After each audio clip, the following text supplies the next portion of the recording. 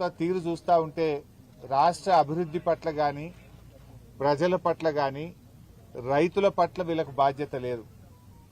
ప్రభుత్వ అక్రమాలను, ప్రభుత్వం చేస్తున్న అన్యాయాలను, ప్రభుత్వ వైఫల్యాలను, ప్రభుత్వం చెప్పిన మేనిఫెస్టో అమలు తీరును ప్రశ్నించే గొంతుల మీద కేసు పెడుతూ మమ్మల్ని మీరు అడుగుతారా అనేటువంటి అహంకారపూరిత రాచరిక ధోరణిని ఇవాళ కాంగ్రెస్ ప్రభుత్వం అవలంబిస్తా ఉంది.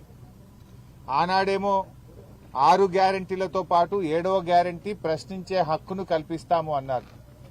ఈరోజు ఎవరు మాట్లాడితే వాళ్ళ మీద case, vigilance enquiry, CID enquiry, కమిషన్లు, అక్రమ కేసులు, అరాచకాలకు పాల్పడతా ఉన్నారు.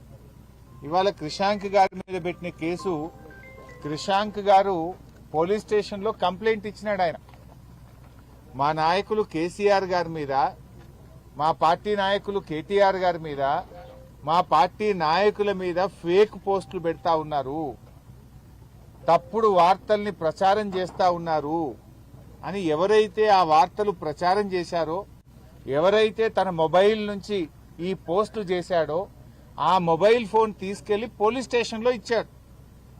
పోలీసులకు ఈ మొబైల్లో అన్ని ఆధారాలు ఉన్నాయి, ఈ మొబైల్ నుంచే ఇగో మా కేసీఆర్ గారి మీద, మా పార్టీ నాయకుల మీద అక్రమ కేసులు, అక్రమ పోస్టులు పెట్టారు, దుష్ప్రచారం చేస్తా ఉన్నారు, ఈ మొబైల్లో అన్ని ఆధారాలు ఉన్నాయని అతని చేతి నుంచి మొబైల్ తీసుకొని పోలీస్ స్టేషన్లో పోలీసులకు కంప్లైంట్ కాపీతో పాటు మొబైల్ అందజేయడం జరిగింది.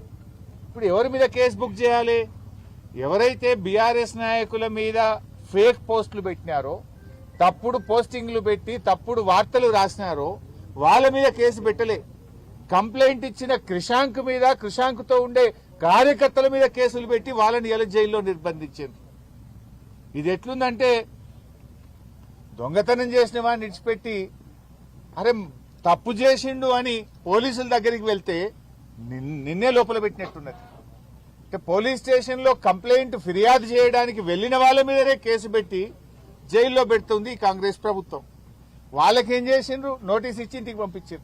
ఎవడైతే ఫేక్ పోస్టులు పెట్టిండో, ఎవడైతే బీఆర్ఎస్ నాయకుల మీద, తెలంగాణ తొలి ముఖ్యమంత్రి, తెలంగాణ సాధకులు కేసీఆర్ గారి మీద కేసు పెడితే, తప్పుడు పోస్టులు పెడితే వాళ్ళకి నోటీస్ ఇచ్చి పంపుతారు. మా పార్టీ నాయకుడి మీద, మాజీ ముఖ్యమంత్రి మీద దొంగ పోస్టులు పెట్టిండ్రు, తప్పుడు ప్రచారం చేస్తున్నారని కంప్లైంట్ ఇచ్చిన వాళ్ళనేమో జైల్లో పెడుతున్నారు. ఇది ఎక్కడి పాలన అని అడుగుతా ఉన్నా. ఇది ప్రజాస్వామ్యమా అని నేను అడుగుతా ఉన్నా రేవంత్ రెడ్డిని. నువ్వే హోంమంత్రివి, నువ్వే ముఖ్యమంత్రివి, ఇది ఏం పద్ధతి అని అడుగుతా